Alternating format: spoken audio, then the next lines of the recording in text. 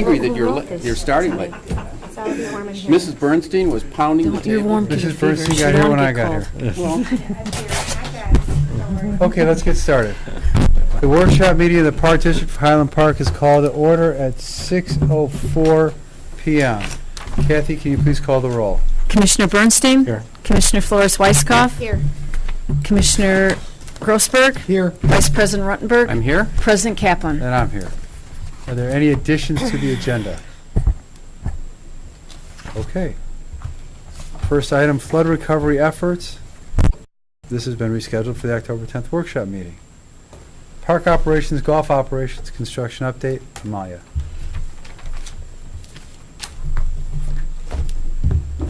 All right, so we have a lot of activity at the Pogo site, and it's very exciting.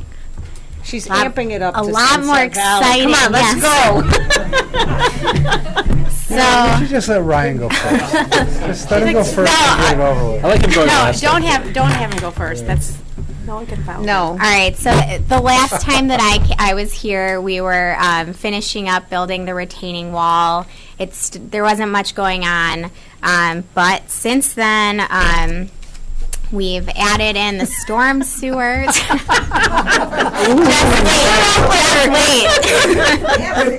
Oh, my. Wow. That's exciting. Hey, that's not nice. This young lady works hard. Can I interrupt and ask a question? We've added conduit for the fuel station. We've added, we've poured the pads for the material storage and for the fuel station in the parking lot, at the It's the upper parking build-up. lot. Yeah, this is the build-up, that's right. And then we have started working on the footings for the precast panels. They create these anchors over the footings. That's the big crane that's going to do all the work. And we started putting up the panels. So I have a bunch of pictures of, this is the first panel going up. You can see that it's slowly going up. They're welded. Each panel is welded together. So that's how they're staying up, and then they're being held up right now by these like the anchors that they're those poles that are leaning towards the panels. This is a view from the top. So you can see all of the windows, the doors, where the overhead doors are going to be, and where some of those inlay coloring is going to be as well. So there's a lot of texture to the building. So it's the design is starting to come to life. So this is the north facade. And then they've put in the second floor and the mezzanine. So you can see all of the columns have gone up. There's the mezzanine, and from the under view. So a lot has happened. If you pass by the building today, they've finished. I don't have the most recent pictures that I got later this afternoon, but the second floor is complete. It is the building is up, so you'll be able to see it. We've also started doing some work and testing up on the top to begin work on the parking lot. They are going to begin pouring the curbs for the parking lot tomorrow. So we're really moving forward quickly. So it's exciting. I think this is going to be the most This is the most exciting update I think we've had yet to date. So we've done it. So moving forward, we'll start seeing the roof go on. Like I said, the curbs are going in tomorrow. They're going to be pouring the concrete for the first floor, so that's not precast. They'll be doing that on site. And then continuing with some underground plumbing over the next few weeks. So we're moving forward. Financial report. If there are any questions about it, I'm happy to answer. We don't have any additional change orders at this time. and we're on track right now, so we're doing well. May I ask a question about the financial report, just Yes, sure. to make sure? Without being able to understand the budget year-to-date and variance, we're on budget. Yes, right now we're on budget, from what we can tell. And so does that include the FF&E? Yeah, the FF&E is in the soft costs, and I apologize. I spelled it out in the report, the memo. Okay. The top line is the base bid, alternates, and general conditions, and the soft costs include architectural engineering fees, construction management fees, the bond, permits, testing, and FF&E. So right now, we have, we're not tapped, we've only tapped 29,000 into our contingency? That's right. Okay. So we have over 200 still. Right. Do you anticipate anything that you need that for? Or? Yes. Okay. I hesitate a little bit.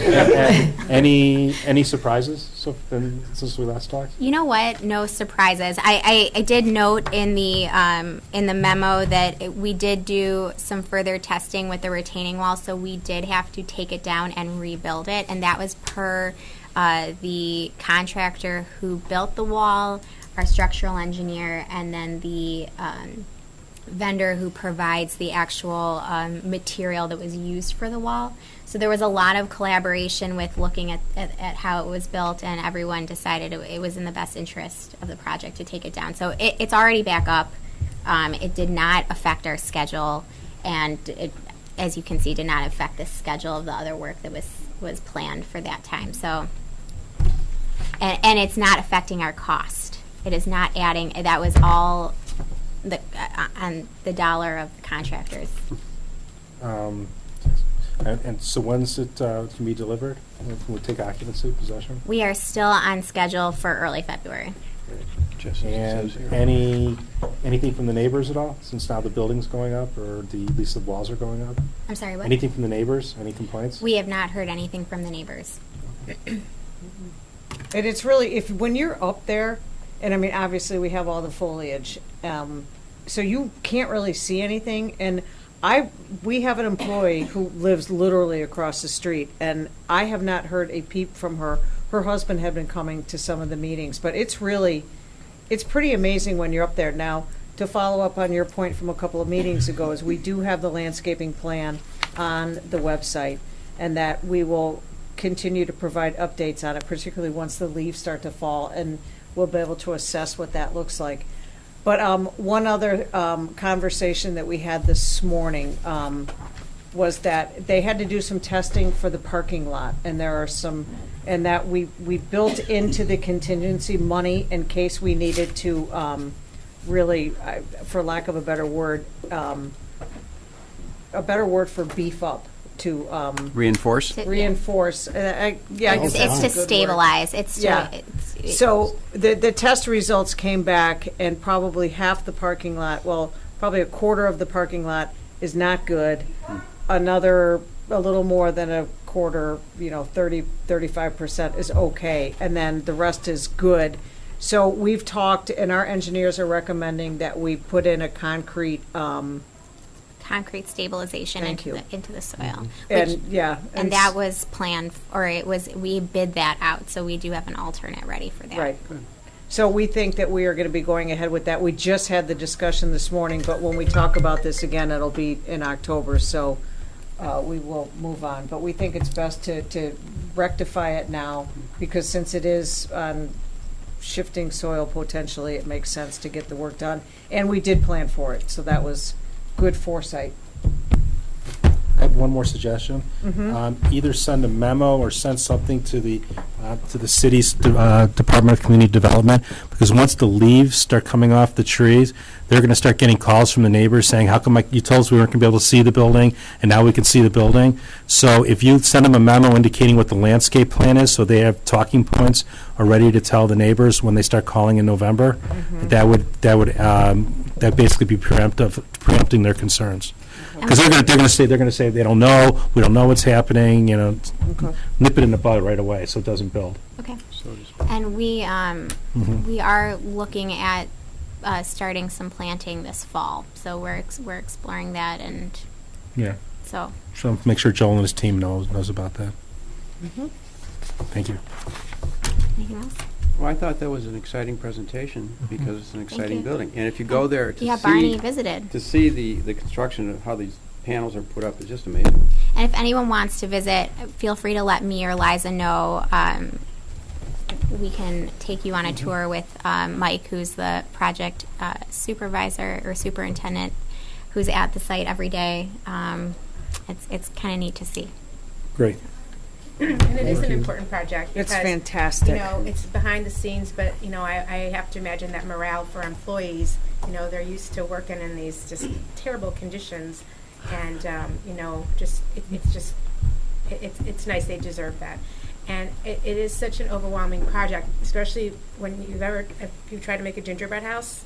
That's all I kept thinking about with those, you know, we're just looking at, when you see it piece by piece, you know, it really is really spectacular. I mean, it's not going to be one of those great buildings, but, you know, if you appreciate its function, like we do, and I think our staff will, it really is money well spent, so yay, I like it. Thank When do you. we apply for the demolition of the old, for the demolition permit For the for the old the- structure? when did we? When are we going to? For the, well, we're planning on demolition in March, so, probably a few months before then. Okay. So, and we'll coordinate with our, Okay. project team to do that. Okay, great, thanks.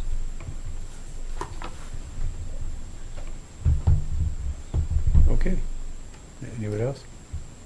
Thanks, Amalia. Thank you. Thank you. Great report. Can you top that? Okay. Sunset Valley Golf Course renovation project update. So we're about a third of the way done right now. With the finishing work, we have holes 2 is completely done, 3 is completely done, 5 is completely done, 6 tees are completely done, 4 is completely done, 14 is completely done, and 10 green is completely done. That little section right there. This week, they're going to finish all 12, all of 13, all of 6 green, and 11 tees, and then the whole south side will be complete. Anything across the canal, on the other side of the canal, on the south side will be done, and then they'll finish up the north side the next 3 weeks. They have 3 weeks left to finish the north side. And it's next week they'll finish 15, 16, 17, and then the last week of September they'll go 18, 8, 9, and then they'll finish with 10 fairway, 7, and 1, and then be done, finally. And then everything will be seeded, and then we have pretty much a month left to grow those last few holes in as best as possible with the weather. And then really by mid-November, nothing else is going to grow. It'll just go dormant, and then we'll come back in the spring and see what we got left to do. If we got to slit seed anything, if some stuff doesn't survive, they'll be responsible for fixing any of those areas. And then hopefully a midsummer opening. Hopefully it's a really good, really, really nice spring. We want a really, really nice spring where the soil temperatures heat up really quick.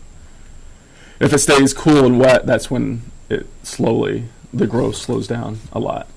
So we really want a quick spring green up so we can have everything fill in as best as possible, especially the last few holes that we did. And I got some pictures here. This is 3. This was 14 days ago. They seeded this green and roll off and fairway, and it's pretty much germinated completely. And it's a few days left. Here we'll mow it. We push mowed the banks, everything they sodded around. The greens and tees got push mowed yesterday. And then we push mow it first.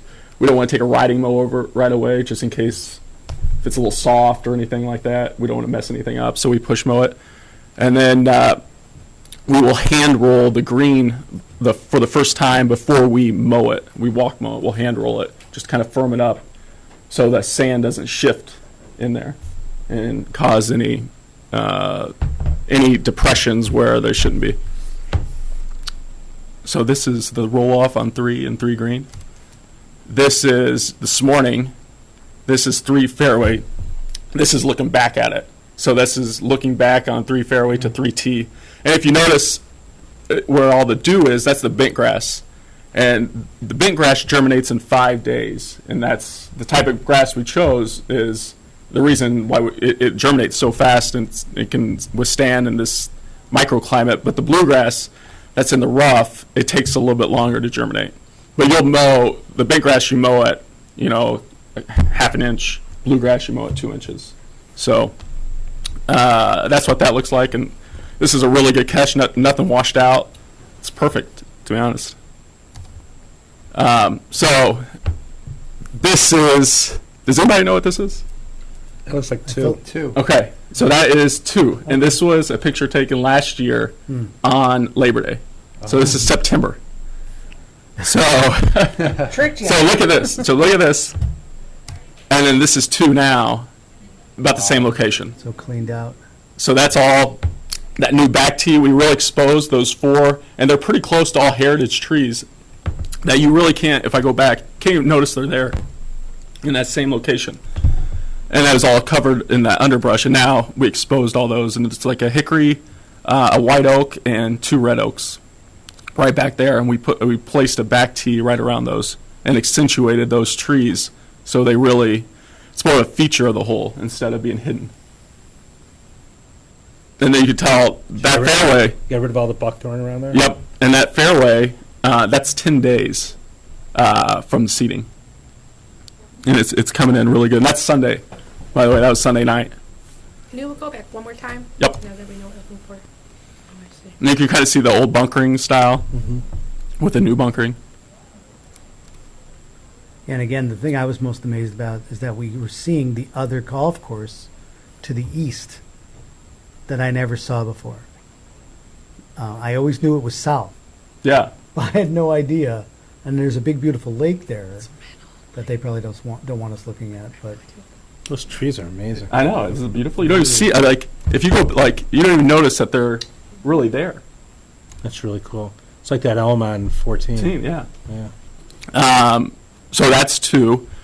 And hopefully we'll be mowing the fairway by the end of the month. These 2 fairways on 3 and 2 by the end of the month, and try to get a couple. Once we start mowing it, you'll mow it like every other day. And then just so bent grass, it grows laterally, just like this, but it doesn't do that until you start mowing it. So once we start mowing it, it'll start filling in any areas that needs to fill in. This is the rock wall. It's kind of a tough picture, but this is 4. So that's finished. If you guys can see that better on your laptops. This was seeded yesterday, and then sod. They finished sodding it last night. Putting all this, we sodded all the bluegrass on this hole. We seeded the bent grass areas, and then we're going to do a picture probably mid-October after the bent grass is grown in. We have a couple mows so we can get that striping on there, so it looks like freshly new grass. So that's going to be really nice. And that is it. It's kind of all the pictures. So right now, that's everything that's kind of done. That's germinated anyway. 5's close. 5 green just started today. The fairway hasn't germinated yet. 14, nothing.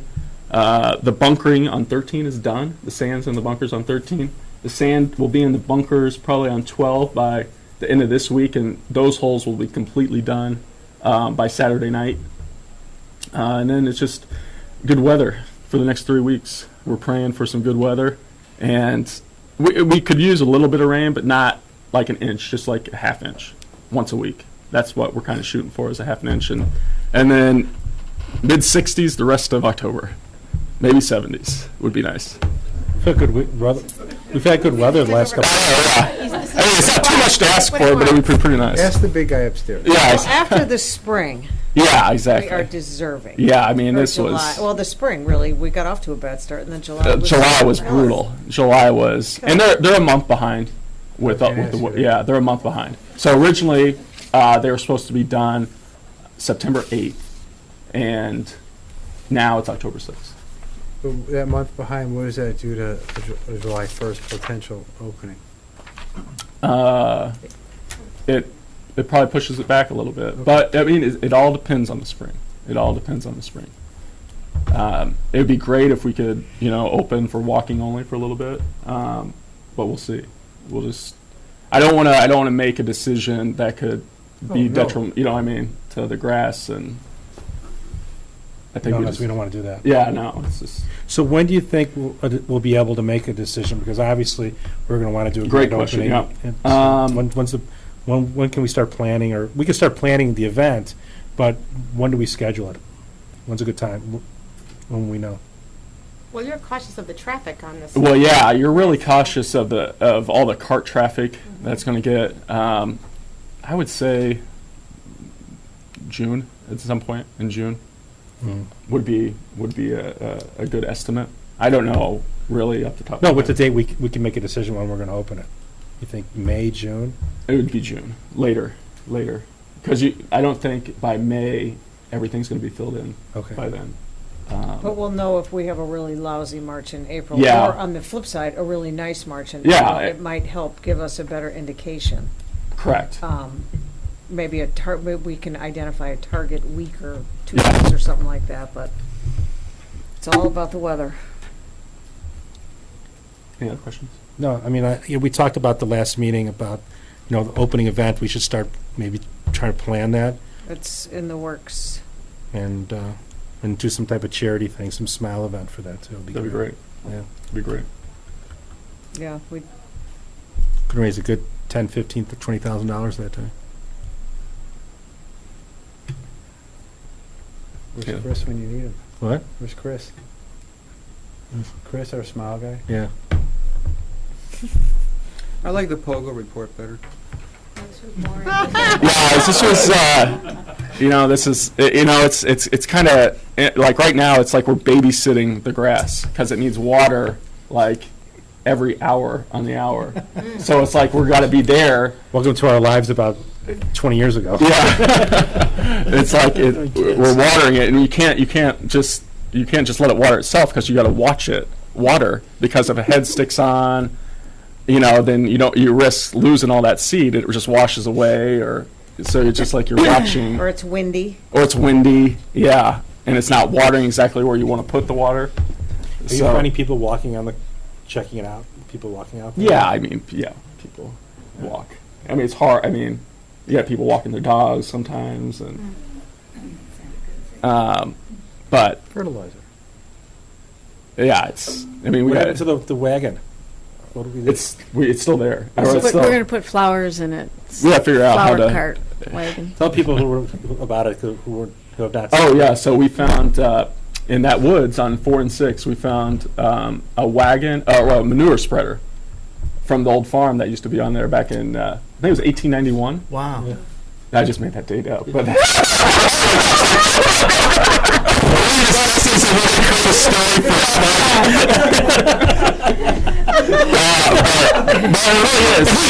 It really is an old manure wagon. Everyone mumps the word on that story, okay? Doesn't leave this room, all right? It's not in the minutes, all right? 1891.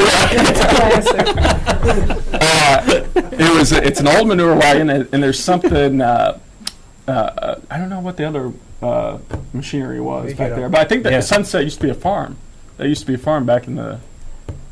So regardless, they're going to use it as an access on the Everything course is a farm. and maybe fill it with flowers or something like that. And then a couple- and we'll create a story about it. And a couple of the construction guys, but they took it with them, found what's the Native American? What's those arrowheads? Yeah. Found those. Oh, really? Those are from a long time So ago. we're in Indian territory? Yeah. So why Yeah. do we have an Indian name for the course? Skokie. That's an Indian name. Yeah. found some arrowheads. That's cool. So that's cool. We should give them back. Yeah, why? Yeah. Yeah, I kind of, We should at least have one. Yeah, I should ask them for that. I will go foraging. Maybe that's- Yeah, in exactly. that area, because that's An cool. arrowhead. That is really I cool. think those are So from cool. 1702. Yeah. Yeah, 1890. those were Geronimo's. Any questions? Any other questions? That's great report. Thank you. I would just urge you that, you know, again, as a non-golfer, I respect the fact that this grass needs to grow, and as much as I love these events, I want you to be able to say, nah, you know, don't be afraid to tell Snow, because, you know, Yeah. this has a lot of potential for fundraising, and, you know, and the golfers are excited to get out there, but until it's time, there's Yeah. really No, that's- no you can't rush. do Yeah, no, You yeah. just gotta can't wait, do that. because Yeah. No, we please, you know, just ignore enthusiasm.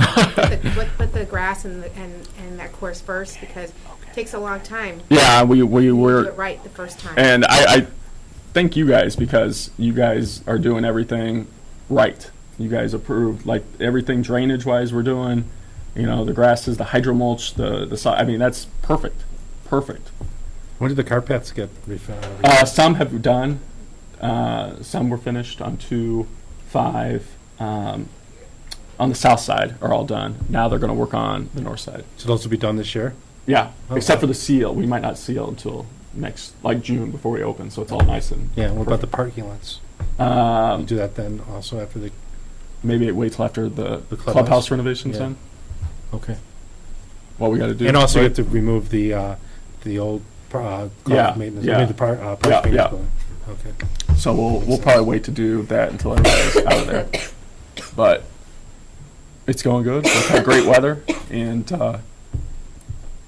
I can see the end is near. Like every week, if you stop by every week, you can kind of see some more activity being done. So it's amazing what they can accomplish in a week.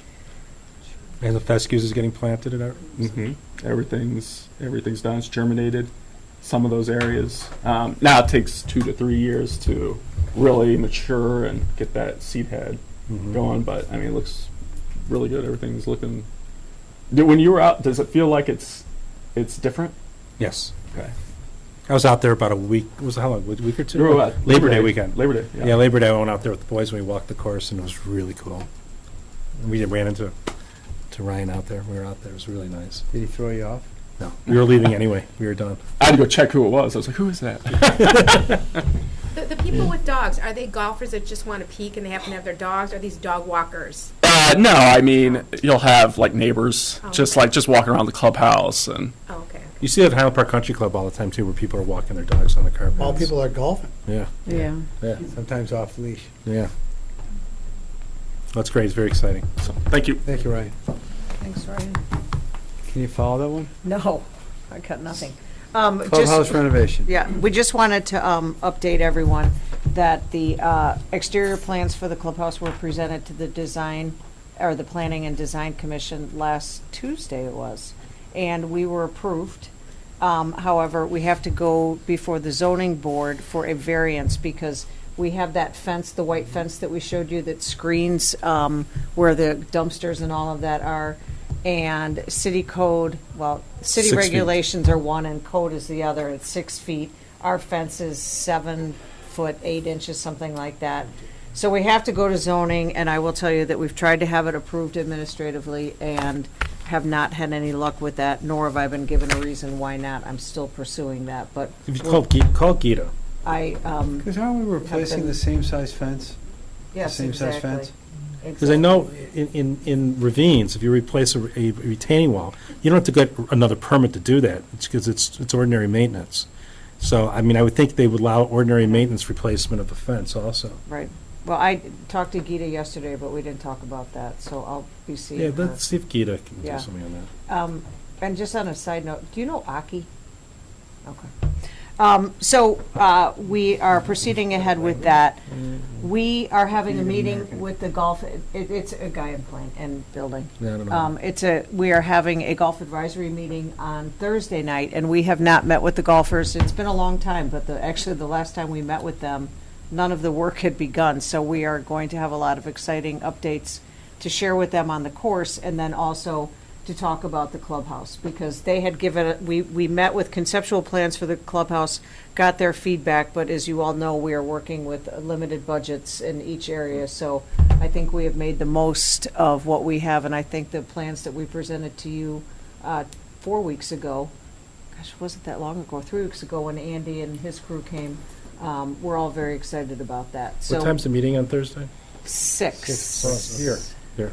6 o'clock here. How many people usually have attend now? 20? There's 6 so far. Yeah, I was going to say 8 to 10 usually Oh, we come. had a full room. Well, we've had visitors come as well, but the group itself, we usually have between 8 and 10. So, Coach gonna be there? Yes. Oh, good. so that's really the clubhouse updates for now. We actually are going to be having our kickoff meeting to get construction documents are underway, but the project will bid in late fall, December, and work will begin in January. So your updates that will be more meaningful will be coming after the new year. When do we get a landscape plan on that? We're in the process of discussing that right now.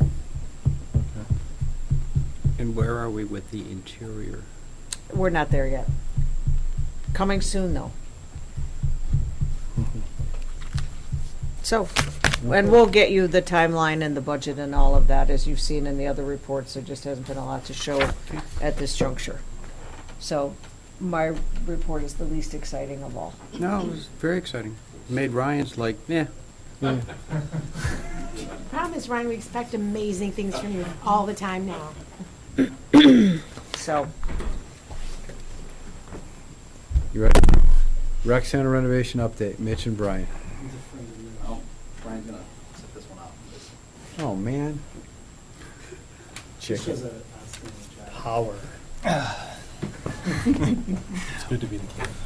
Well, Ryan is successful, so I'm going to piggyback some of his stuff. He said with the project, the end is near. With this project, the end is here. We're substantially complete. And we have lots to show tonight. And I'm also going to take a cue and show a lot of pictures, because Ryan shows a lot of pictures. So,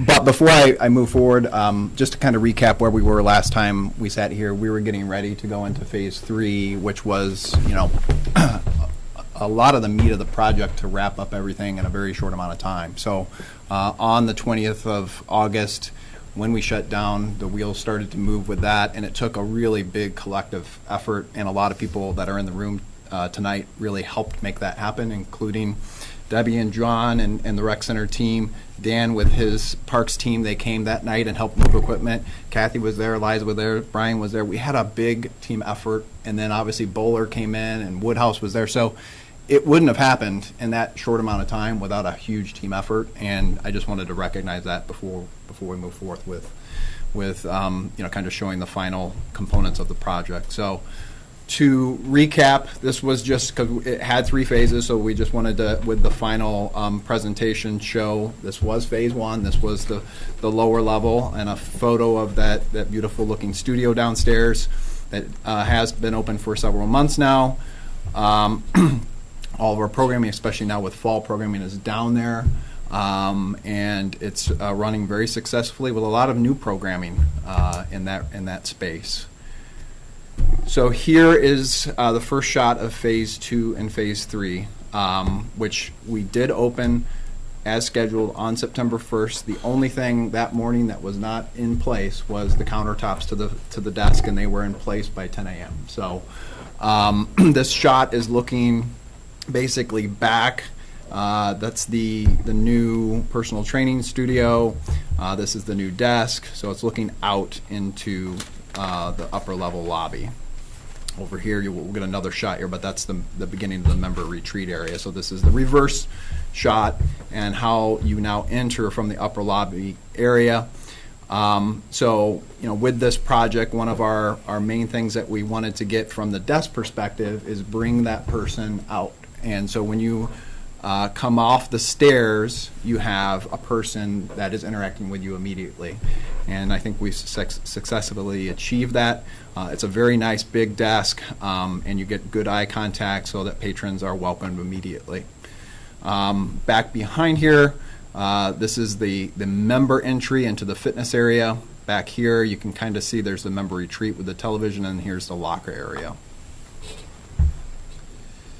This is a shot of the new personal training studio. That's the Queen X machine that we've talked about. It's been really, this room has been nicely utilized in the first weeks here. You know, with this Queen X piece, we still have a large group of trainers and group exercise instructors that weren't able to attend our first training when the big piece came in downstairs. So they're going to go through a training, I believe that's scheduled for next week.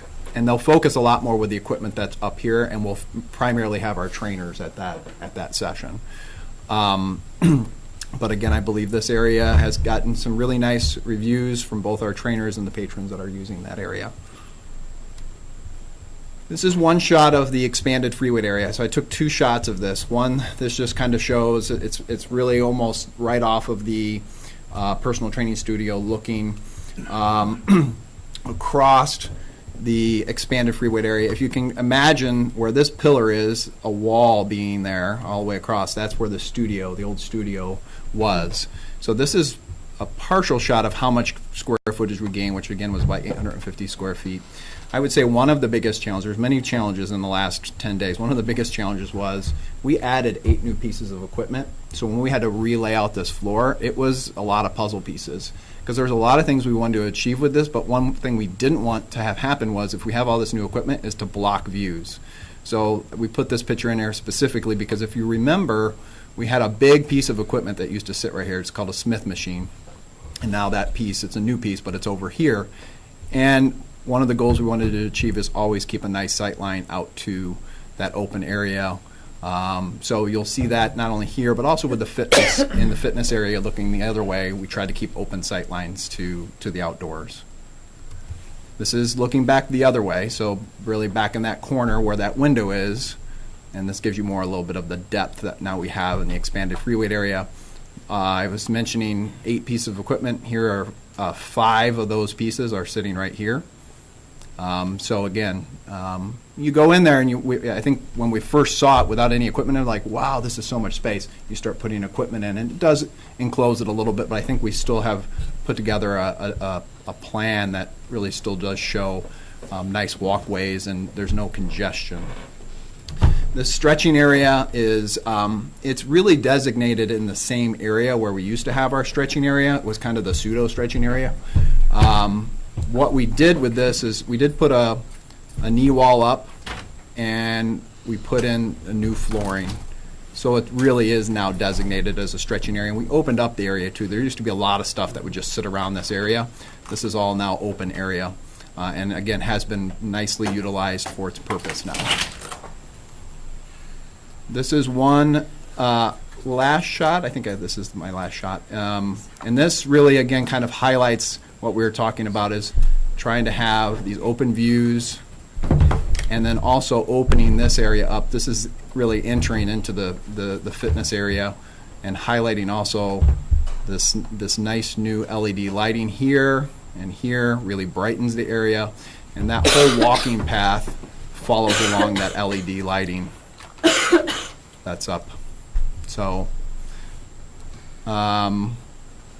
with financials, we are on track to be on budget.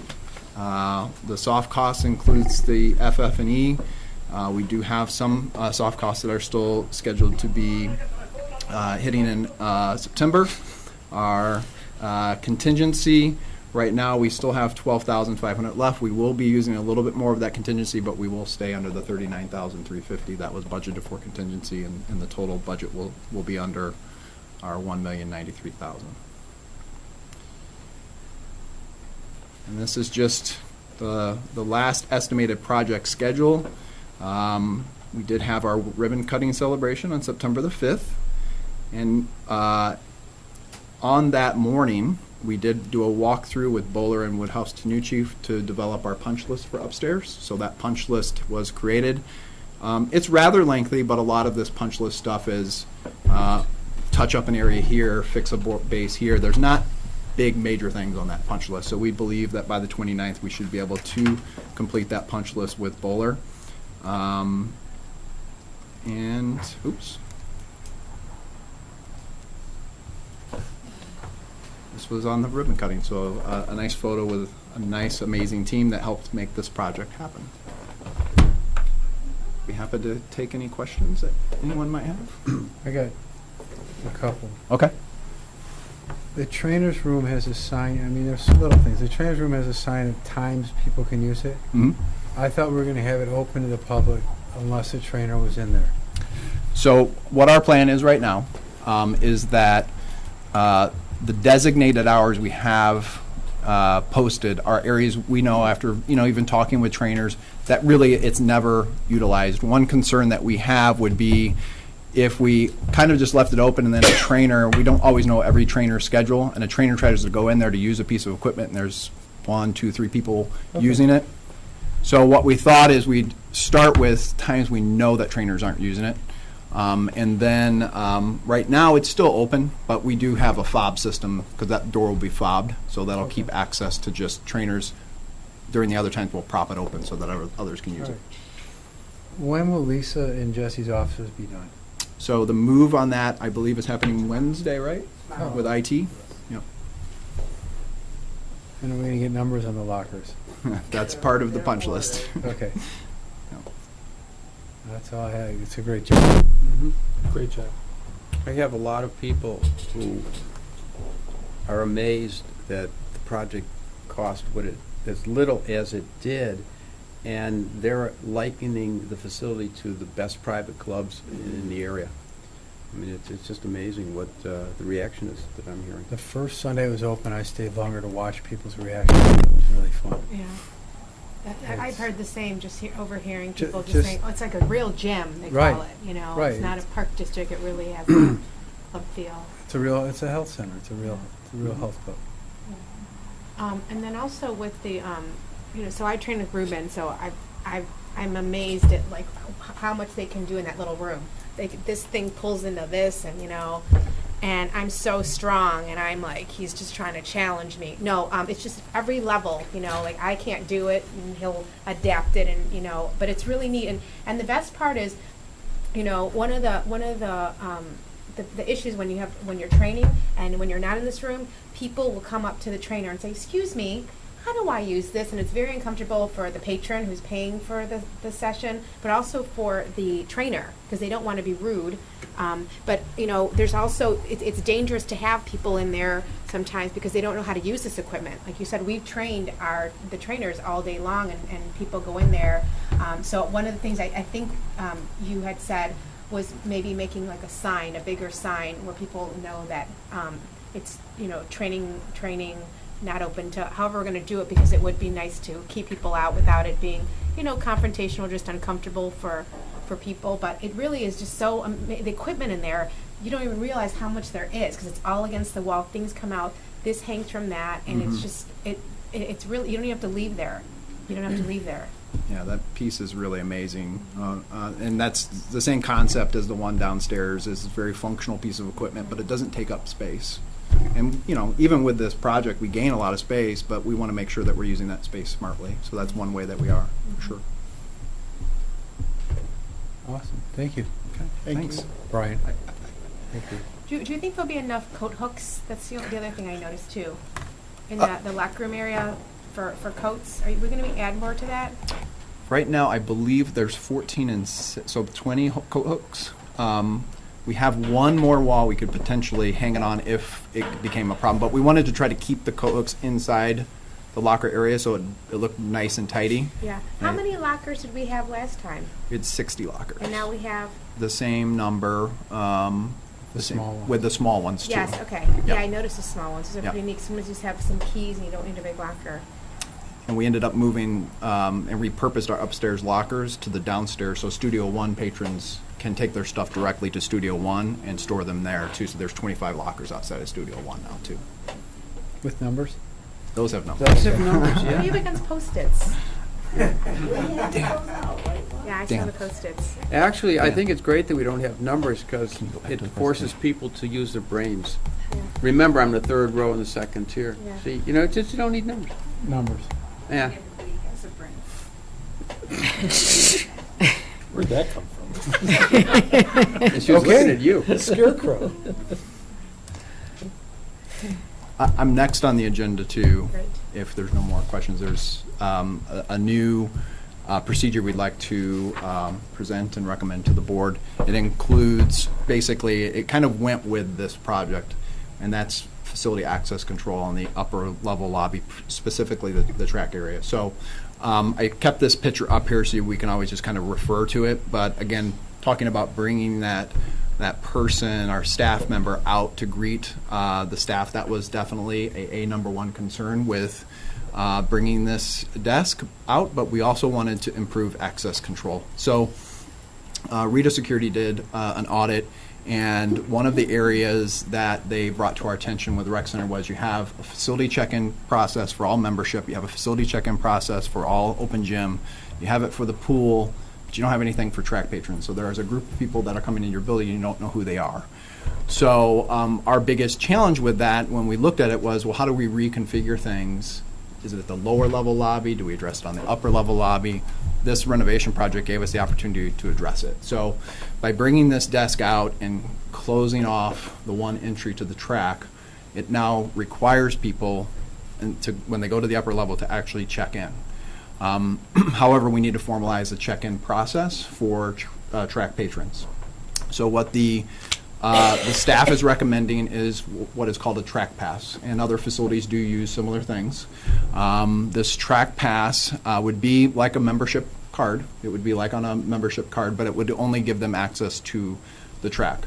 They would have to register for it, but the fee would be free. There's no charge to Highland Park residents. We would charge a fee, a nominal day fee for non-residents. That fee would be $5. They could also do a 10 punch pass like we have for open gym at a reduced rate of $40. So it'd be $4 a visit. We're also going to offer the option to buy a annual pass too. So we do have some non-residents that do use it and probably would use it continuously on on an annual basis, and that would be $100.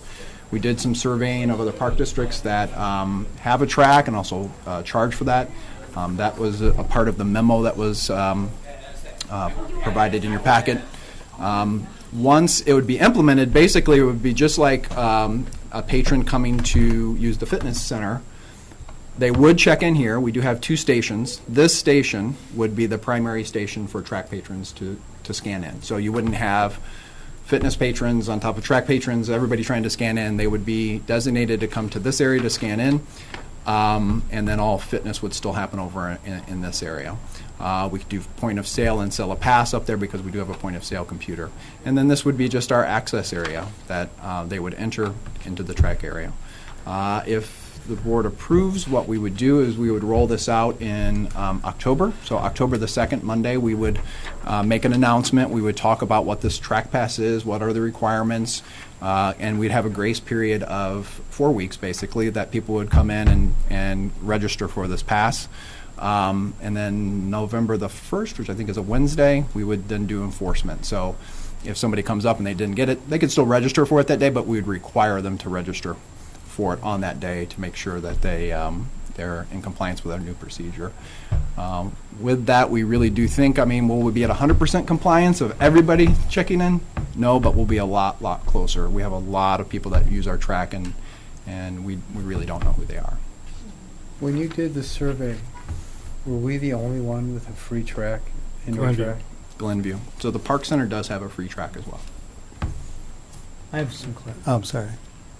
I have a couple of questions. So right now, it would be automated into the fitness people, so people that are members, they could walk either direction when they get to the desk, and they'll be just scanned right in. They don't have to do Right. any additional registration when they get there. Do you have an estimate about the type of revenue we'd be generating from getting the non-resident? It's hard to say because right now we don't know how many non-residents we do get. I think we get quite a few Deerfield residents that come over. Right now, Deerfield, the SAC Center, their own rec center, does have a track, and they do charge. So I don't know if they'll still come here to Highland Park or if they'll go to the SAC's rec center. But yeah, it's really kind of hard to say because we just don't have a real true estimate of how many people are non-residents using it. And I do, when I used to run there more frequently, I did know there were a bunch of special needs people, other people that would use it. Do we have any policy for that? Have we thought about that? You know, if it's like an SSED comes with groups, any group that would, come, resident or non-resident, we wouldn't be charging a group like an SSED to bring a group of special needs. I know this is part of their community outreach program that gets those with special needs out into the community and more comfortable, and so that wouldn't be something we'd be charging. Do we need the revenue? I mean, okay, let me go to a question before that. What would be the cost, what is the cost of having this to us? Primarily, the cost, the direct cost would be the scan cards. So we roughly kind of estimate that we're probably getting about 1,000 people that are using our track, individuals. That's a rough estimate. So resident or non, we'd have to give them a pass. Then, of course, if you have to replace a pass or something like that. And then we'll need, during the peak times, we'll need more staff at the desk and also enforcement on the track. So there's not a huge cost to it. I can't give you the dollar, but I could come back to the board No, with the exact okay. dollar if I. see I know where it's, you're going, Terry. it's guesstimating. So, do we need this revenue? Okay, I mean, again, these are maybe rhetorical or maybe some things to think about. I'm thinking about the foundation. I'm thinking about if it's not expensive to run and we're pretty good covered with between fees and taxes and whatever, would it make any sense for this to be tapped into with the foundation, this money, or to make it a charitable sort of thing or anything like that? Nutrition, health, wellness, just throwing it out there. But then, Terry, you could make the argument that golf fees could also go to the foundation. I mean, you could start moving it everywhere on the spectrum. And why would this be different? I don't know. That's what I want them to think about. I certainly, something that was free for many, many years, and I understand it's non-resident, and if it's not costing us that much to do it, I just think, I don't know, if I was coming and visiting, maybe we can retain the Deerfield people, and maybe they'll love our club so much that they'll stay for the club, or we'll get something else that they will get them from. But it's just an idea. It's just thinking that maybe there's a way to have it be charitable as well as profitable. I like this from a safety standpoint. Yeah. We know who's in our facility. If somebody falls, somebody gets hurt, somebody's unconscious, and they haven't swiped in, you have no clue who they are. Oh, yeah. I'm They not, swiped in, how are you going to know who they are? Well, but if they swipe, Because there's photos in the there's system. photos, but you have a better chance of ID. If you have Need 40 some- people on the track and someone goes down, how are you going to know who that person is? well, hopefully we're still taking pictures of everybody when they. I'm not saying I that- think of it security the other way. Someone can come in and be a dangerous person. So I didn't even think of that. I just feel like we should know who's coming into our facilities. It's right there by Kid Fit, the spin room. It's easy access. So I thought of it more for and I don't want to say that what I was thinking of would take away from that. I want people No, to no. scan in, and I think that that's good. And I was thinking it from your standpoint. Security was clearly the number one driver of this recommendation. And then, we're always looking at opportunity. I mean, we may be challenged with property tax freezes, and I think we're looking at opportunities to generate additional revenue for the district to help pay for all the capital expenses. And so it is not uncommon for Park District clubs to charge non-residents to use their track, and we felt this was an opportunity that we wanted to present to you for discussion. Mike, I could jump on that and say, if somebody is said, it'll cost you $100 to use the track, that's also a selling point that instead of spending $100 to use the track, you become a member, which is, $100 million, whatever it is. Look at the other, 200 million. but look at the other advantages you get. So I think it's a positive selling point to have this fee, and this will be a way of, as we see how it evolves. And I'm not just looking at the revenue side of it, but I think there's opportunities. But the security side, I think, mandates that we do it. Our members have asked for us to do this, and some of the track people, as great as our staff is, can get around, have had access to the fitness center. We've had theft with some coats on the coat hooks, and I'm not saying they're track members, but if, you can narrow it down a little bit if everybody is accounted for. But there's, just a few other reasons too why. Yeah, I would think that, for the last few years, come May, when our rates do go up, and we keep them a very reasonable increase, we do get members that will ask the question, why have you never looked at the track and charging fees? I know other tracks do, and at least looking at charging non-residents. And- Is Deerfield 5 as well? Mhm. My 5 and another 5 use the locker rooms. Be careful. Charge you lock? They charge you Wow. to use the locker rooms and for towels. So my concern is also about staff, as far as implementing this charge. How are they going? How are they going to explain this? Unfortunately, I've witnessed unhappy people and how they treat our staff like it's their fault. So what is the reasoning, or how are we going to explain this to patrons when they say, well, it was free, and why are you doing this? This is ridiculous. I'm not coming back here, or what do we say? Yeah, so I mean, we will definitely talk specifically, and then that 30-day period do that is about security was our main focus, and we're really thinking that the vast majority of the people that are going to be using the track are going to be residents. They're going to be happy with the procedure, and those that are non-residents, our talking points would be that we did look at other districts, neighboring districts throughout the Chicagoland area districts that do charge a very nominal fee. We think this is a fee that's very reasonable, especially on an annual level. If you break that down and you're a person that uses a track on a regular basis, it's less than $1 a day. Is it a pain to charge less? What's that? Is it a pain to charge 2 or 3? No, I mean, we haven't established. This was the recommendation based off of looking at. I mean, other I'm just thinking, if districts. I was a Deerfield person and I had the same exact deal at Deerfield, except for the lockers, maybe that'll be a draw. But, Our lockers are free.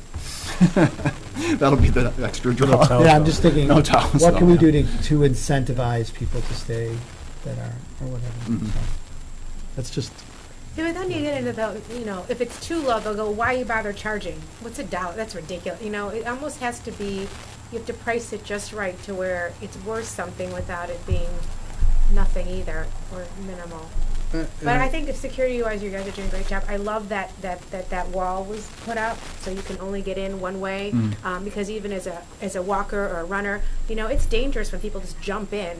They come in from the side, and I just think that was smart anyway. Kids, and I think that was just a good improvement overall. Brian? Have some questions? Yeah. Wait, my watch is talking. Is it your phone? No, my phone's, Oh, my watch. that's weird. No, it's not. It's a computer. Are you Ted Cruz? Mitch, how many Anybody get that one? will be staffed at this I got it. at this didn't front need the lobby area? Primarily during our peak times, we'd have 2 people there. Yep. During the slower times, we'd go back down to 1. There's a staff here. We don't have that in the Park District. Brian, I have a couple questions. Okay. No, so what be represented by the chair and the president. Okay. Am I recognized? Okay. That's Cal, in case For you're example, interested. like for open gym, you have wristbands. Are you going to do a similar thing for daily fee people? So, part of the reason for wristband is because there is usually a disconnect. You checked in and then you go down to we have some people that can get in down from below, so we go and it's an easy way for our staff from a distance to recognize have they checked in with the wristband. Right now, we don't plan to have a wristband because they have to go through the desk to get onto the track. So I mean, there's a back doorway going up through the back stairs. there is the back doorway. We're hoping that you're not supposed to tell them about that back door. It's an emergency like that. stairwell. Yeah. Cal I mean, does. ask my mom. She used to sneak through the exits at movie theaters with my dad. Is that true? I'm not joking. They said they used to see X-rated movies. Wait, wasn't your second date he took you to? Yes, we heard this. All right. And we've done this in a meeting. Okay, right. So what about you see a lot of times whether there's helpers for either special needs or or the elderly, are you going to charge them for out of Not if they're an aid. an aid? No. Okay. And I get the issue with Deerfield, but what about people from Highwood who don't have an alternative? They don't have their own rec center. I know there's a lot of people from Highwood who are stretched with means a little bit, and I know that a lot of them use our track, and how we can address that. Deerfield, there's an option, Deerfield residents can go to their own rec center. People in Highwood don't have that alternative, so how are we going to try to address that, or there's no subsidies for low-income people to use it, and that's really their only exercise in the winter. How are we going to address that? Well, Well, could we do it like with our SMILE program? I mean, if you. But they're not Highland Park residents, so the small program is really for Highland Park residents. But you that's a could tough. still have the but- same. And we have scholarships for scholarships. They're non-residents, We do so they have- would not qualify for a scholarship. Yeah. But they are, there still are a lot of Highwood residents that are involved in like the hospital program. Yeah, the North Shore that- program. North Shore program that provide them memberships. And a lot of them, they're already members, so obviously they'd have access to the track. But I understand what you're saying, but they are non-residents. We do a program with the hospital in the North Shore where we also are doing teen programming, where we actually go to Highwood Rec Center. So we'll send a trainer there. They're paying, the North Shore is paying for us to send a trainer there to work with the teens. The North Shore, the other North Shore program where they do the 90-day memberships are usually more of the adults that are more high risk. Maybe we could meet with them and talk to them about this, and maybe there's something that they would cover for them, a track pass. Or maybe even contact the Highwood government, or the city council, the mayor, and maybe we can work something out with them. So if for a nominal fee, because I don't anticipate this is going to be a huge moneymaker, but for a nominal fee, maybe we could get some type of like a subsidy from Highwood, and so to all of a sudden Highwood residents, they can be free because we get $500 or so, or $1,000 an annual basis from the city. I know they don't have a lot of money, but this is something that they don't have the ability to offer this amenity to their residents. And I know, and I see it on the track that I know. And people, people tell me, people don't live in Highland Park, especially in Highland, that they tell me all the time they love the free track. And I really don't want to discourage them from, especially in the winter, from exercising. Right. So. That's a great point. It's a good idea, because as you were raising that, I was thinking about it, and if we were to incorporate Highwood into the program, you may have Highland Park residents that say, well, why are you letting them in for free when we pay taxes? But if we get some kind of a subsidy from Highwood, then. It's a nominal amount, just so we can say we're getting a subsidy from Highwood. Highwood subsidies. Right. You just say we're You getting get something in we're getting return. payment from Highwood to allow Highwood residents to use our track. Great Good idea. idea. Okay, and that being said, I mean, I understand the recommendation, but it's hard for me. One of the things I love about the rec center is that the track is free.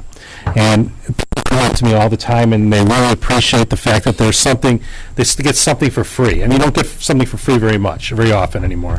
And I think it's, you see people walking in Northbrook Court. It's free to walk in Northbrook Court. But I'm really torn about taking this amenity away, even from non-residents, because I don't know if it's a real issue with a lot of non-residents. I mean, the vast majority of the non-residents that I see, that maybe I know, are people from Highwood. I don't see a lot of Deerfield people. Not that I would know them, but I don't anticipate that's going to be the major issue. What's the driving force behind this? If the driving force is that the track is too crowded, and it is sometimes too crowded, then that's a different issue. We're trying to limit the numbers, and this is one way we can limit the numbers. If we're over capacity, then that's one thing. At certain times it's close, but I don't think it is, especially in the winter, and that's when it's used in the majority of the time. So,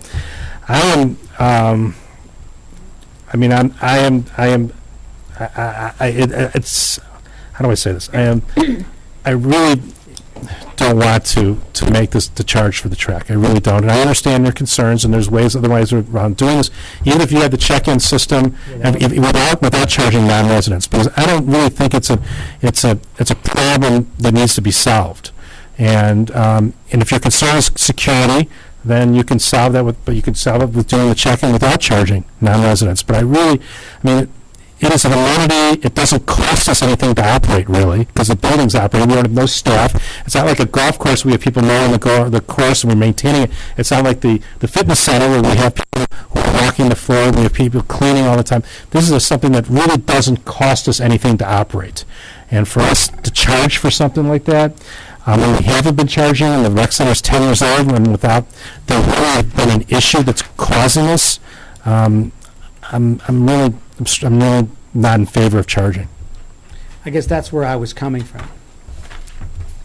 I guess Cal's much more eloquent in his way, but I was looking for other ways to handle this, and if it wasn't a burden on us as a community to have these people come. I know when I used to run, I used to bring my buddy from Northbrook and my buddy from Deerfield, and the three of us would run there. Okay, so there's your two non-Highwood people there. But And it's that's just, I thought it was cool that was free. That's, and I could run with other people. But if you feel like you need the money. If we were to provide a significantly reduced non-resident fee, I would then want to charge for the scan card. And I don't know that $100 or $5 a day is necessarily the right amount, but I certainly think that we need to impose some controls over the use of the track. I think that's fair to ask. And so let's let the staff reconsider the approach as the money issues, but I certainly think we need to have some controls. Just, again, identifying people, Yeah. knowing who's there, and if it limits access, so we have 20 less people in a month, then it's 20 less people in a month. But again, remember, everything we do is for the residents and taxpayers of Highland Park.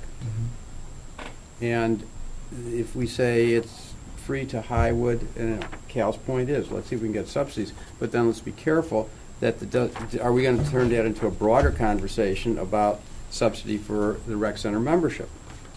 If somebody offers us $500,000, sure.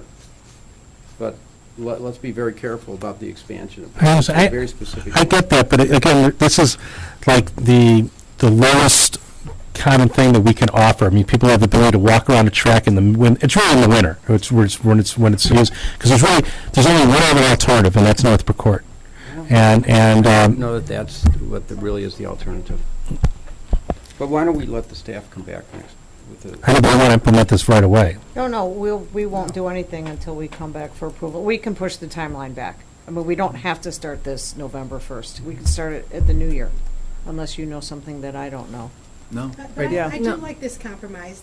I do think that there should be some, even if we charge $5 for a walking thing, just for your card, or the chip or whatever you're going to carry, and then it's still security. But yeah, I agree, Cal. And somebody doesn't feel good about this. It's like, I hear what you're saying, but something doesn't feel good. Like it shouldn't, I guess it's it. It doesn't feel right to charge for it.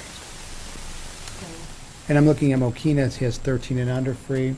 And plus, if you extend this, that we're going to be building, God willing, walking paths on our golf course, were we thinking about charging people to come and walk through there? Like, is the indoors an extension of the outdoors? That's a good idea. We're certainly not there in planning yet. I mean, how much That would not be our how much vision. revenue are you anticipating generating from this? We That's don't why I know. already asked. I think, Yeah. you know what, I don't know if we looked at it as revenue, but there are maintenance, there's maintenance to the track. We have to clean the track.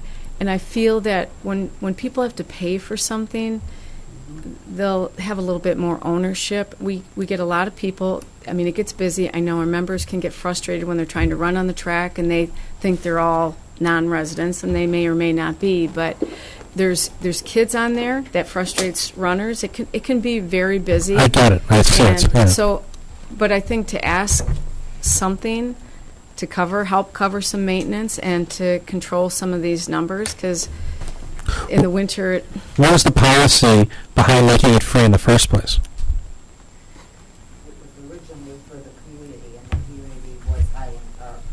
We sort of expanded that community over time. I mean, really, have we tried to survey and see how many people are Highland Park residents and Highland Park are not Highland Park residents? Do we know if there's an actual issue or problem with non-Highland Park people using that Well, track? I feel like some of our members police it for us and tell us that. How do they know? I mean, They know is some it of the people. profiling, or what are they doing? How do they know? Well, they know, That's ugly. they know some of the Yes. people. I mean, we could open it up and give out these passes and then How about this? monitor I have a suggestion. how many non-residents. Why don't we have. survey? Just say when people check in, you're a Highland Park resident, we're taking a survey. See how many people are Highland Park resident, do it over a 2-week period, and see if there's actual people from not Highland Park using it. 'Cause- But it's also contingent, the use of the track and weather. So, Yeah. again. you'd have Well, no to- matter what, if we don't, You have to give them all scan cards. To check. yeah, even if we don't charge But them again, on it sounds like to me that we're going to do the stand, 'cause that's a different issue. Yeah, Because that's for how security. you would do it. Yeah, if that's for security, I get that, you've adjusted the ingress and egress out of there to basically create a choke point so people have to go past the desk. So there's not, I get that. I mean, one of the things we hear, one of the things we did at Sunset Valley is you didn't want a lot of different access points into a building. You're trying to regulate that. Schools are doing the same thing. And that's just the fact of life that we're dealing with right now. So I get that. But the question is that, here's a question. What kind of pushback did we get from non-residents this summer at Rosewood? Did we get any? Well, yeah, I mean, a little bit in the beginning. I mean, some residents were upset we were charging non-residents, but not so much that we're at $37,000 in. And their 40. complaints were on site to the. Yeah, so I mean, It's a little different thing. bit. Yeah, okay. But here, why don't we do this? Can we survey it at least, and you You can, don't have to, Gal, because once they sign up for their scan card, we'll get that information. let's, And then we can come back Yes. and let you know. and if it's a real issue, then we can look at this again. Make an So- informed decision. Yes. I would like to then say that anybody who gets a scan card, we do charge the fee for the scan card, if it's $5, whatever it is. Let's just make this as neutral as possible for Yes. our expense. Like a It- flat fee. If it's $6, whatever the number is. We won't that charge we'll- our residents, though. No. That was always said to be free. Yes, that was part of Yes. that was all part of when it was approved. Yeah, but then we can decide if we see an overwhelming outside force, that maybe we should charge $50, $25. But let's- Exactly. I mean, I think I'm okay with that. Same. So to go ahead and move forward with then the October no fee, we'll have one Right, swipe standard card. fee for the swipe card for non-residents. And let's see what the data comes And back I with. think we should prepare talking points for our staff. 3 or 4 bullet points. Because For why we're doing well, this. for security purposes. Right, Yeah. but, when we Trying to were doing regulate the the- project, different people at the front desk had different answers. Yeah, very as true. What we were doing Yeah. and why, and Mhm. just, because they didn't know. Can write a script. Yeah. Yeah, Right, just that's fine. 3 or 4 bullet points for everybody. That's Just- fine. So And you're I- okay that we're charging non-residents a one-time fee of $5? Yes. If that covers. Yeah, for the cover the cost of the.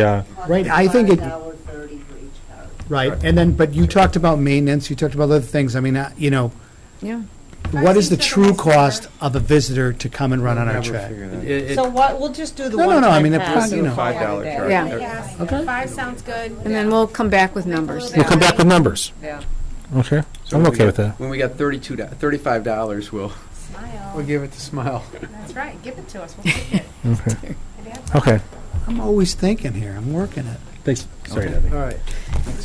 Ryan, what's next? Thank you, I'm sorry, Mitch. Thank you. Advisory. Okay, advisory group discussion. Liza McElroy to present. Well, we've already presented. We talked about this about 3 months ago, 2 months ago. And We again. had provided the background on the advisory committees, identified who the various board liaisons were. And in our discussions through our strategic plan and our conversations with other park districts, we felt that the trend in advisory groups when they first came out in the 80s were very hot, good for providing feedback. But as time has moved on, the trend has been for most park districts to do away with advisory committees. Our advisory committees were active and then they became inactive we hadn't gotten any new blood, and frankly, our attendance at our meetings was getting to the point where we were canceling more than we were having meetings, with the exception of the Golf Advisory Committee and the Athletics Committee / Baseball Subcommittee. So we have the committees that have been active, we have no issue maintaining, but we have so many committees that we were recommending that maybe we abolish is kind of a strong word, but and the committees that have not been active, and create task forces for projects on an ad hoc basis, such as the Park Avenue Task Force, the Rosewood Task Force, and really give residents some meat to like chew on as they're helping support the Park District. And then there was also the discussion about the ambassador program being more of a PR and a recruitment tool for our programs. And then we had some conversation that night. I think that we left off, if I remember correctly, Cal was a supporter of the advisory committees. Terry had a lot more, you said you had a lot more thoughts on this. And so we kind of ended the discussion and said that we would regroup to discuss. So we're open for conversation tonight regarding the future of advisory boards and or the ambassador program, in short. Or merging committees, there is no right or wrong answer here. We are just, they have been stagnant, and we either need to bury some of them or do some type of a revitalization program. And I will also comment that what we have found in trying to get people to volunteer for different activities, it is hard. People's time is precious, and we do get a lot of feedback through surveys, between membership surveys, between surveys that we do after programs. We have the opportunity to survey at the drop of a hat with our technology today. So I think that was also a concern in terms of, and I think that's one of the reasons why they're trending down instead of, because there are so many outlets for getting feedback. I mean, look at social media alone. So it is a tradition, but, we're open to your thoughts. Joe? Well, my thoughts. I mean, I've been on an advisory committee probably for starting with athletics probably for the last over 20 years. So one of the things we talked about the last time is that one of the reasons I ran for the park board, because I was involved with the advisory committees that helped create a bench for a lot of us, at least 3 or 4 of us who are on the board right now, previously served on an advisory committee. It gets people interested, gives them a buy-in into the park district. It's their window into it. The city does it with the plan commission. It's like a stepping stone to being on the city council. It creates people interested and willing to be civically minded. I mean, it's easy to send an email. It's easy to, but it's actually hard work to actually go to a meeting. We take it for granted because that's what we do. We go to meetings and we try to do what's best for the community. But I'm not convinced that social media can replace being active in your community. And I think that there's a lot of good feedback comes out of these advisory committees. I'm a big fan. One of the reasons I ran 10 years ago for the board was because I was unhappy that the fact that the advisory committees weren't meeting and weren't meeting often. And I thought that at that point 10 years ago that there wasn't enough feedback being generated for example, the athletic advisory committee didn't meet for 3 years. And that's one of the reasons I ran, is because I thought that there wasn't, the staff was not getting enough feedback from the customers of the district. And I know that it's frustrating. I know that it's sometimes hard to get, even in the baseball meetings, as Brian was, it's hard sometimes to get people to come to these meetings. Their time, there's a lot of competition for your time. But just because it's hard doesn't mean we should quit. And I think that if people aren't interested, they'll come to the meetings, then so bad, then that meeting doesn't occur. But I don't think it's a reason why we should abandon the program. And we talked before the meeting is that, I could think of 10, 15 different really neat ideas that eventually were incorporated into programming, into facilities that came out of advisory committee meetings that I sat in. And again, I can't get that feedback from what you get from social media, what you get from emails, what you get from surveying. I don't see that. It's not touchy-feely for me. I think one of the things that I'm disappointed about is that through the whole green print process is that we took a holistic view of looking at the entire district from facilities to programming, and we kind of got sidetracked and we stopped promoting those advisory committees when we weren't doing it, because we were doing it through the green print process, but we were doing outside of it.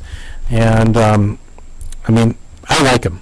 I mean, I go to a lot of these. I mean, I was the chair of 3 or 4 of them, and I diligently went to them, and I know there's people who, you know, a lot of times it didn't happen, but I still think you got to give the residents the opportunity. That's my thinking. And for the most part, I agree with you. The only thing that turned me was, you know, you and I have 2 committees where people show up. And there was a time, about a year period, where we canceled every committee meeting. And I think that's when we started to get away from it. We had 3 people. Yeah, but I used to be on Hidden Creeks, and we used to have people from Hidden Creek used to come there, and we used to, you know, paint the bathroom or water shower heads or something like that comes out of those meetings. I remember from Deer Creek. I mean, I was talking to Kathy before the meeting. The whole team tennis program came out of the advisory committee. Really promoting youth, higher end youth tennis came from that. The branding of Deer Creek, you know, branding all came out of the advisory committee that at least I was a part of, and then I haven't been on that committee in a while, but while I was on it, those are the initiatives that we came out of those meetings. So I don't know what's happened. I mean, you guys know more better than I, because I've you know, when we started the green print process, I started reducing the amount of advisory committees I was involved People with. started just not showing up. And we weren't getting any new We were getting a blood. lot of cancellations at the last minute. Because I agree with you, I think they're good. I think that when I first got on the board, that they were necessary, and I think they're necessary now. But, and I'd be for trying it again, but We have 13. Well, that could be different. I mean, we can Yeah. consolidate. Look at the cities consolidate those commissions. I mean, that can always be evolved, but I don't think just because we've 13, we should say we should just that's quit. 13 meetings a year. If you spread it out, that's one. But you one- won't, the problem is you won't get enough people to So, support the I mean, committees. but- I'm just looking for, I'm just wanting to get some Now, the ideas. ambassador program sounds nice, and it sounds like an interesting project. And again, we could try it and see if it works. But again, I don't think it should replace the advisory committee, and I think that if you talk to the people in the facilities, they're the ones who should be recruiting the members of the advice committees. That we are. And we can consolidate. I have no problem Do people consolidating. ever ask you about committees? Once in a while, Yeah, I at mean, the rec center, Mary someone will Beth. ask, but. I feel that advisories are nice, but again, I was on 4 of them, and I had one successful one. Remember camp, and it was one meeting that was amazing. Remember when they brought the kids in? Okay, Right, the but- rest, Hidden Creek, we got nothing. It was only when a No, we project was learned coming that up. we need better ice skating outfits. There you go. But the point is, when something came up, then people wanted to meet. So- Yeah. And I think athletics is one of those things. Something's always coming up, so that's a very strong one. So, you know, maybe this ambassador, we should try that group because, you know, we don't want to do away with it. But at the same time, we don't need committees for all these other things and to meet unnecessarily when there's nothing to meet about. well, granted, we could consolidate them so you have one meeting a year. But here's an example, okay? The city has these neighborhood meetings, and nobody goes to those meetings. Nobody goes to them. But you know something? If someone was going to complain something about that happened in Sherwood Forest and there was a neighborhood meeting and nobody went from there, I mean, again, this provides us cover.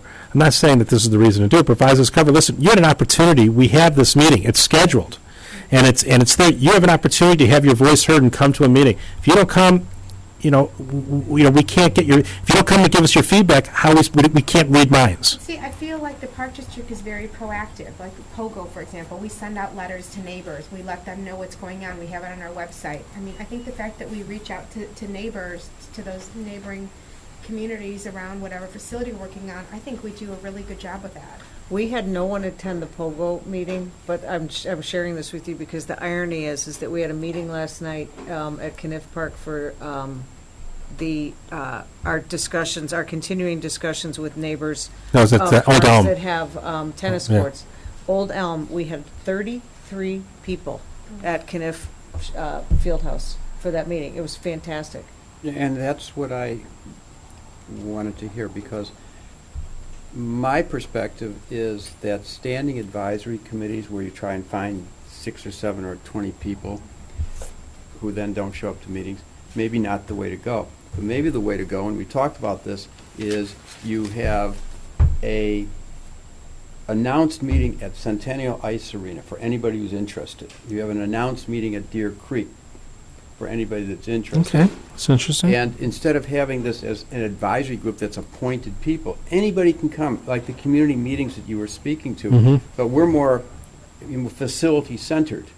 I'm okay Now, with that. Golf is, and athletics are a broader perspective, but I could see having a meeting at the rec center, invite everybody who wants to come, and let them tell us that they need track passes. You wouldn't have an agenda. And what I'm saying is, like, if you had it at Centennial, you have a few different consumers there. But You that's have- okay. You still have to have an agenda, Yeah, but, we but, could do Well, I'm ice saying, what do you have, a gymnastics. figure skating one, a gymnastic Yeah. one, an ice Well, skating but you see, one. that's the level of Hockey detail one. that at this point, I don't want to get into, because you probably would, but as opposed to the advisories, it's, let's get the people who are interested in gymnastics or Centennial. It's like an open house for the facility. I like that idea. yeah, Yeah. that's much better. Yeah, I like that. And then you could see what grows. Bernie, you have out good of it. ideas. Yeah. Yeah. Well, I took the community meetings where we get lambasted and use that as a springboard. Yeah. No, we don't. Oh, They're usually. Just by one No, that's a. It's that's- almost like having an open house and then having a meeting. So would you call it an open house? I said- Bless you. Bless Well, you. we'll come up with a something. catchy title. Yeah, something. And I think some of our old advisory, Liz? our old advisory meetings, staff, we would present and we would talk about numbers and it was less listening, and we would tell them, and I remember you saying at one meeting, like, we need to hear them, they don't need to hear us. Right, well, and that's really what it's about. Right. Nice job, Barn. That's a good one. All right, Okay. great. Done. Problem solved. Annette, 2 minutes or less?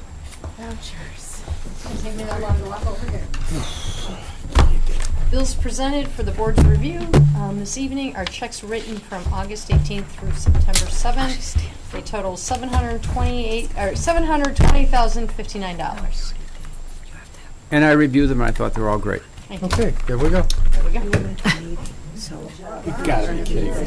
What? Mrs. B, you're my public. You got anything to say? When you're talking about the advisory, the seniors would really like to get together and to talk about the programming, which they're very happy with.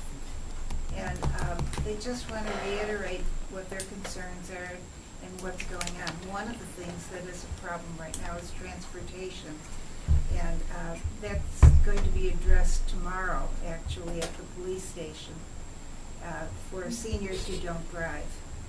And one of the things that the Park District could be a destination for a van. So that's coming up tomorrow. So I think that they would like to participate, and the open house idea is a really good one. And if you have it during the day, that is even better. With coffee and cookies. Fat Coke and cookies, all this work. Gluten-free, If you serve refreshments, not so bad. yeah. Gluten-free. Cookies. Mints. Okay. Cookies and coffee. Yeah, right. The mints, Kathy. Okay. Is there, No other public? anyone? It's all us. So- Is there a motion to go into closed session pursuant to the following sections of the Open Meetings Act? Section 2C1, the appointment, employment, compensation, discipline of the district. Section 2C5, the purchase or lease of real estate, including discussion on whether a certain parcel of property should be acquired. Section 2C6, the setting of a price for sale or lease of property owned by the district. Section 2C7, litigation against or on behalf of the district where the district finds an action is probable. And that's about it. I so move. Do I have a second? A second. Yes. Kathy, can you call the roll? Commissioner Bernstein? Commissioner Flores Weiskopf? Aye. Commissioner Grossberg? Aye. Vice President Ruttenberg? Aye. President Kaplan? Aye. We're enclosed. Thank you. Thank you, staff. Thanks for coming. Thank you. That's Alice, we're done. So the Cubs hit bases loaded and Hap hit into a double play. How would you know in the middle of a meeting? Who's up? Hap was